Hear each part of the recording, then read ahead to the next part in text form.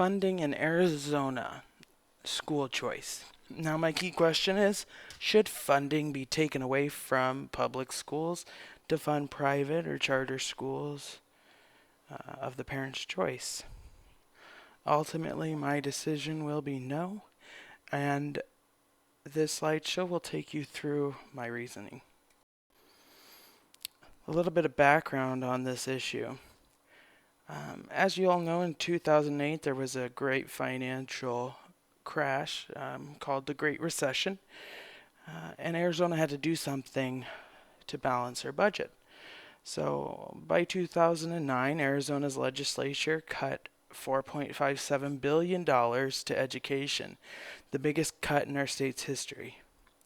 And to date, this cut has not been fully reversed. So our schools are still operating on less money per pupil than they did in 2008. And if you were to ask an Arizonan on the street, there's a 74% chance that Arizonan would believe that our public schools are underfunded and need more funding. And this led to a desperate need for both private, public, and charter schools to attract pupils. And this stage was set for this competition because of this lack of funding, and each pupil is worth a set dollar amount. There's two leading perspectives, and depending on who you ask, school choice is both a good and bad idea. Those in favor of school choice say it creates healthy competition among the public, and charter schools, which forces the public schools to use innovation and improve upon themselves in order to attract those students. Those against it say school choice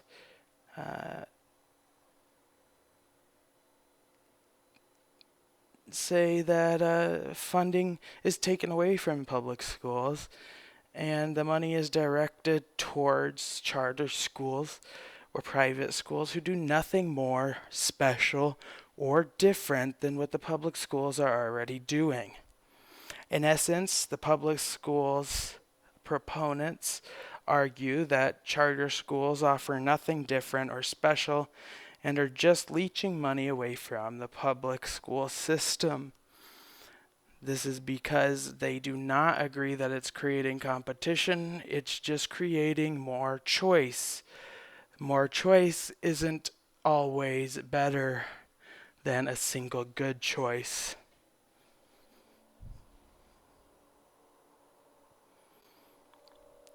Now we'll take a brief look at how they stack up against each other.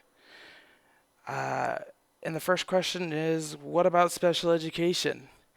Well, both public and charter schools have special education programs, although it's important to note that the charter schools' special education programs don't have near the breadth of the capabilities of those at the public schools, and this is of course due to funding reasons.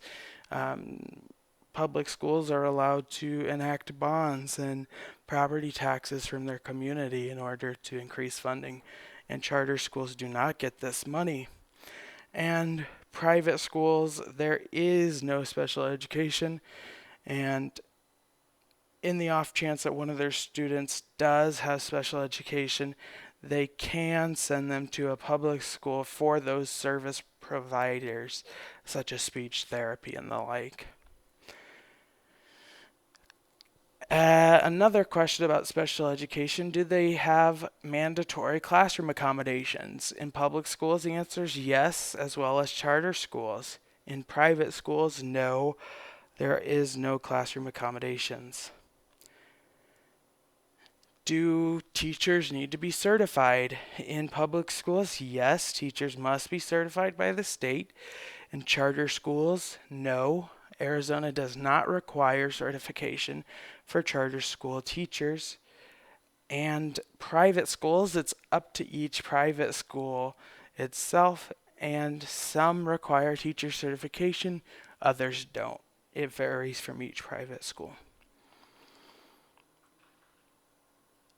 As far as state and federal standards. Are the students required to meet those? Yes, they are in public schools, required to meet state standards. And charter schools, students also must meet state standards. And in private schools, they do not need to meet state or federal standards. As far as do they cost, public schools do not cost, charter schools do not cost, and private schools do charge a tuition. What are the arguments for school choice? School choice gives families freedom to choose where their child is taught and how the teaching is done. The freedom in some cases may open up future opportunities for the child, such as attending a specific school that the child had their heart set on. This freedom also relates to whether or not their student is forced to go to their zone school that may possibly be failing. If that school was failing and the parents wanted to choose to send their child to a different school, they could very well do that. So that increases the quality of the education for the students. They also argue about the innovation. It forces public schools to innovate in order to attract those students and get their census counts high to get the funding. And the last thing is they are more selective. The population of students is more selective, which some argue lowers fights and behavior incidents. In reality, this is de facto segregation. These schools are less diverse, and that's what leads to the selectiveness. There's less diversity actually at these schools, but some don't look at that as a bad thing. They look at it as, hey, it's causing less fights at our school. Let's look at the next slide, which is the arguments against it. School choice detracts from public schools. If public schools didn't have to compete for funding, they would be able to create highly regarded schools for everyone. First point is the staff pay. All school staff could be paid higher to attract and retain the best individuals possible. Quality staff is retained and attracted by generous wages. Accountability. Schools funding has oversight by the board, which is elected by the community. Each board member is voted upon by the community members that live in that district, giving the community a say in how the money at the school is being spent. And diversity. So on the flip side, those against school choice argue that diversity is a good thing, and public schools have a greater mix of backgrounds on average than charter schools, which allows this sort of cultural diversity and cultural learning experiences that you would not get at a less diverse charter school. How do they compare? This infographic is of charter schools' performance in 2013. And you could see here that this is the only section that shows that they're doing better. So the blue column here is averaging reading and math. Reading is red, yellow is math. And this is actually quite sad, this graph. It's showing that only an average of 27% of charter schools do better than their peers at a public school.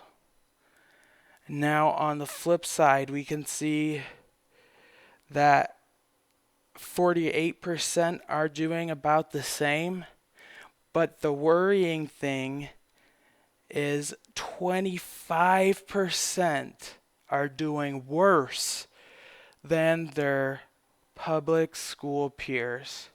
So when you combine the doing equal to or worse, that's nearly 3/4 of the students are either doing the same or worse as their public school peers.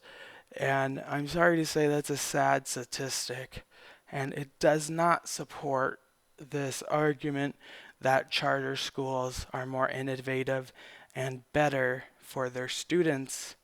And that is why I do not think school choice is a great idea. And there's my references. Thank you.